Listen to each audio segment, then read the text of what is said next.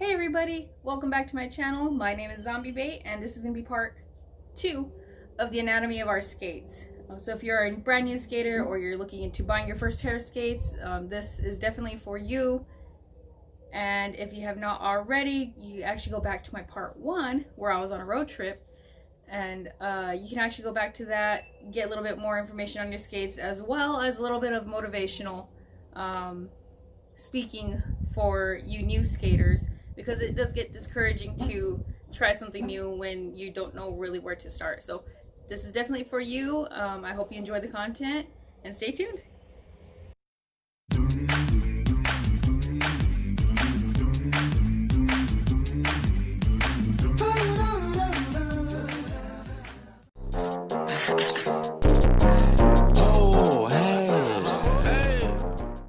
Okay, so we're gonna get started with our boot. Our boot of the skate is actually this part. So the shoe part that your foot goes into, that's the boot of the skate. So if you are online shopping for deals, or you're just trying to find a skate that's not going to cost you too much while you're learning how to skate, there is a Facebook group called Facebook Recyclables. So if you are shopping on there, make sure that you're not buying just the boot by itself. Some people will say, oh, I'm selling this skate boot for, however much money, $150, $130, and it sounds like a deal. However, that means that it's not coming with the bottom half that actually holds the wheels. So just make sure you're doing that. Second of all, if you are a vegan or vegetarian, there are options for you, so don't feel like you have to get a leather boot. I'm not too familiar with all the options, because companies are always coming out with new stuff all the time to accommodate those needs. But more often than not, if you go on Facebook groups or to your roller derby league that you're joining and ask them about that, they can actually give you a few recommendations, or they could recommend a skate shop nearby that you can go to so you can ask all those questions. But yes, you can definitely look into that. There are vegan options, so don't feel like you're going to be left out and you can't roller skate because they don't, accommodate for cruelty-free products. So do recommend looking into that. And the last bit of information that I do want to give you as far as your boots go, there's not much that goes to it really, besides that your foot slips in. Just do be aware that if you are a new skater and you are skating, or you're driving elsewhere to go find a place to skate, like you have to go drive to the park, to the basketball court, or whatever the case, please make sure that when you get home, you are taking your skates down every single time. This will prolong the life of your skate, and it will keep you from getting severe injuries like breaking ankles. Because what happens is, when you leave these in the car for a long time, even though you're able to tolerate the heat when you first get in the car and turn on the AC, if you imagine these being in like 100+ degree temperatures for prolonged periods of time, like a week long between skates, between skate sessions, there is glue that holds the actual leather part to the sole of your boot, and leaving it in the heat for a long time will make that glue lose its elasticity, and it will basically melt the glue off, and it's gonna fall apart. I'll show you a picture right now of my skate. Yes, it's duct taped together. No, that is not safe, and I 100% do not recommend that. Yes, I did break my foot from skating with my skates duct taped together. So yes, definitely do not leave your skates in the car. I learned a hard lesson from that, and I had to miss part of my second season of roller derby because of it. So next we're going to discuss plates.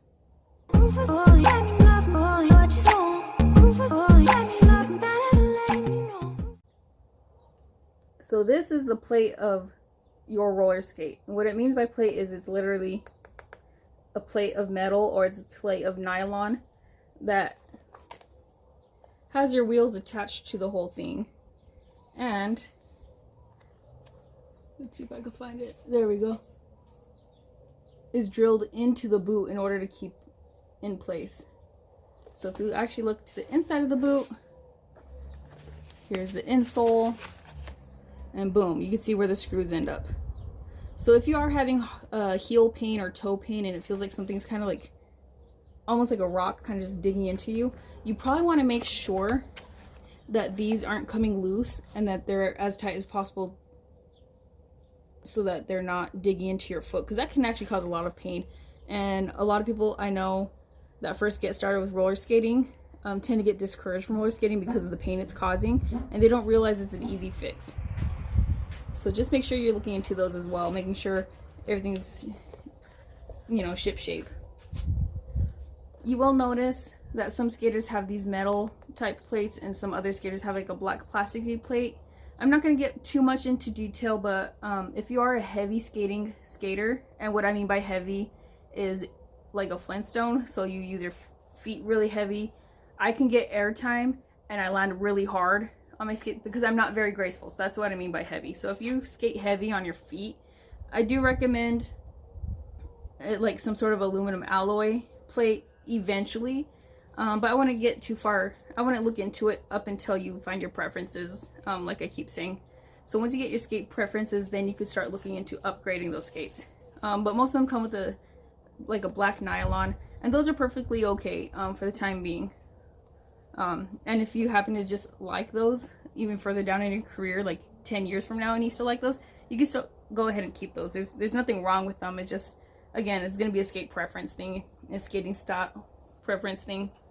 The thing I do want to make sure you're aware of is you want to make sure you're checking your plates everywhere, every time before you skate, because especially the nylon ones, but occasionally they do crack and they break depending on how much you're jumping, depending on, you know, how rough you are in your skates, how you're learning. If you're jamming your foot a whole lot because you're falling and you don't really quite know how to do that with less pressure quite yet or anything like that, do make sure that they are not cracked before you skate every time, because sometimes if they're cracked and they're really broken, this wheel will just slide this direction and it's a mess. And it's scary because it's happened to me before. So again, a lot of this is going to be out of experience. But yeah, that's about all I want to say about the plate itself. And next we're going to actually move towards our trucks.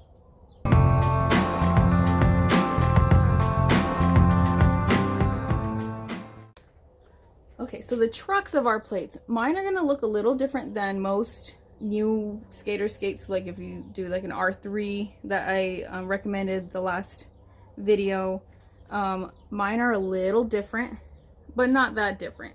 But what I mean by trucks is this tool right here. So this whole component is called the truck of your skate, and that's basically what keeps you moving.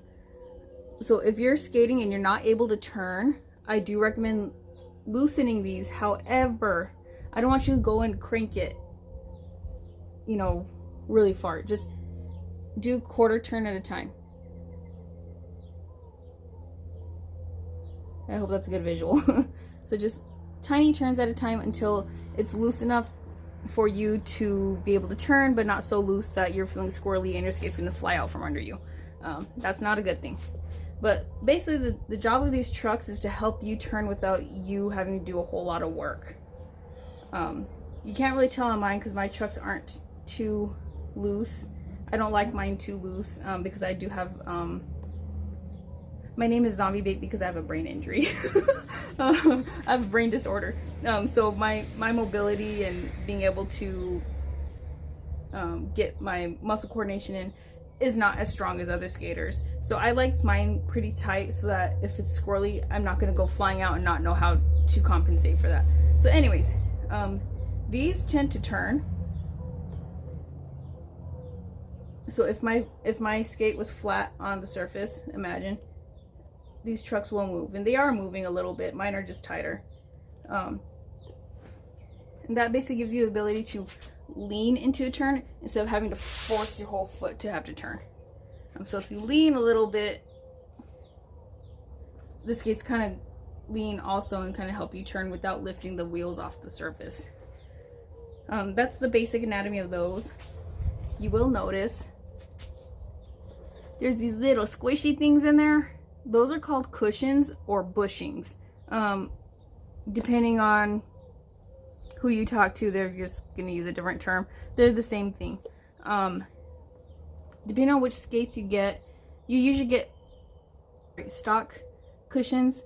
So when you get stock cushions, they're basically just kind of there up until you can find your own. These ones are a little bit trickier to really figure out as far as your preferences. And they're a little trickier to actually shop for because different skates need different types of bushings sometimes. Mine have like a 1.5 bushing is how I like to describe it. So you have a full bushing, and then this one is just slightly smaller and it has a little bit of a curvature to it. So that it fits my skate correctly. You're just gonna have to try them out. So before you buy any, I do recommend just asking your teammates, hey, what do you recommend? This one's a little bit of a trickier question. So yeah, definitely just try them out before you go buy them, and then make sure when you take everything off that you know what shapes your bushings look like, so that when you shop online, you could buy something of a similar shape because it's more likely to fit your skate. But again, I wouldn't recommend really changing these out unless they're like extremely hard and you're just really having a hard time turning, even with your trucks really loose and you're still struggling to get some of those turns like on the apex of the roller derby track. If you're really struggling with those still, even with your crossovers and everything like that, it's probably a good chance that you just need to change the bushings and do a softer level. They are color coded, so please don't just buy them because they're yellow and they match the rest of your skate, or they're pink or blue, whatever, and they match the rest of your skate.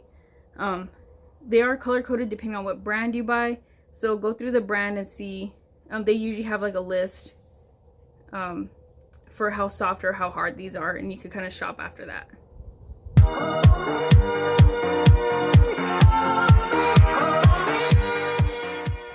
Okay, so the last thing we're gonna go over is the toe stops. I know we covered them a little bit in the last lesson as well, but I just wanted to reiterate a few things, just because toe stops can be a little tricky. They look simple, but there's actually a few things that go along with them. So I don't know if you can tell, mine do not have a washer or a nut that goes with it in order to keep these in. I have this little apparatus here, and basically what that is my plate actually has a little bit of like a snake tongue at the end for the toe stop to fit into. So what happens is, as I loosen this part with my Allen wrench that I no longer have and I need to go buy a new one to fit this, these two halves of the plate, oops, let's see if we can get it focused. So as I loosen the apparatus, these two halves start to separate a little bit, and as they separate and it's a little bit looser, that's when I can screw in and screw out the toe stop if I need to change them in or out, or if I need to adjust how high or low they are, and then I just tighten the apparatus again until those two halves shut back together. This is about as close as they're gonna get. The nice thing about these ones is that you can fit different size toe stops and stuff like that in it. Other than that, all you're gonna do is take the skate tool that comes with your skate when you purchase it, if they're a brand new skate, and hopefully you could get one from, if you're buying used skates, hopefully you could get one from the previous owner of those skates. But usually you have a nut in here, and you just take the little wrench part and you unscrew it until it's loose enough to where you could kind of just play with this and it'll fall out. And the same thing, you push it back in, screw it up to the height that you need, and then screw it tight again. What you don't want to do is use your hands to force that toe stop to stay on and to try to get that nut to be as tight as possible, because that could actually ruin the threads on both halves. So you have threads on here and then the lining on the plate itself. So if you ruin it on the plate, it's really hard to get those replaced. It's hard to find people that know how to replace those properly. So yeah, that's definitely something I do want to mention. And then the other thing I want to mention for those of you that are going to be street skating or skating down the beach or jam skating even, what jam skating is when you see all those cool people at the roller rinks doing all those cool dance moves and routines and stuff. That's basically jam skating. So if you're going to be jam skating, you actually want to remove this if you're going to be jam skating and doing all sorts of fun tricks, because this is going to keep you from learning a lot of the footwork. So when you remove your toe stop, you can actually go online and buy something called a jam stop. So if you buy a jam stock, what happens is that little, it's kind of shaped on the inside somewhat like a toe stop, but basically just fits inside the plate itself, and then it has a little rounded end on the outside. It's really short, it's maybe about this short, and basically all it does is protect your plate from when you get on your toes and get really high on your toes and start spinning and stuff like that. And it keeps you from having a toe stop that's going to trip you up. So if you're going to be jam skating, definitely recommend you get jam stops, so we could prevent ruining your plates. Alright, and there we have it. That's the anatomy, basic anatomy of our skate. We will get into a little bit more detail as we start getting into more lessons. But yes, basic anatomy of your skate, so that when you go shopping online or you're shopping in person, whatever the case may be, now you have some terminology to help you describe what you're looking for, so that everybody else can help you get what you need.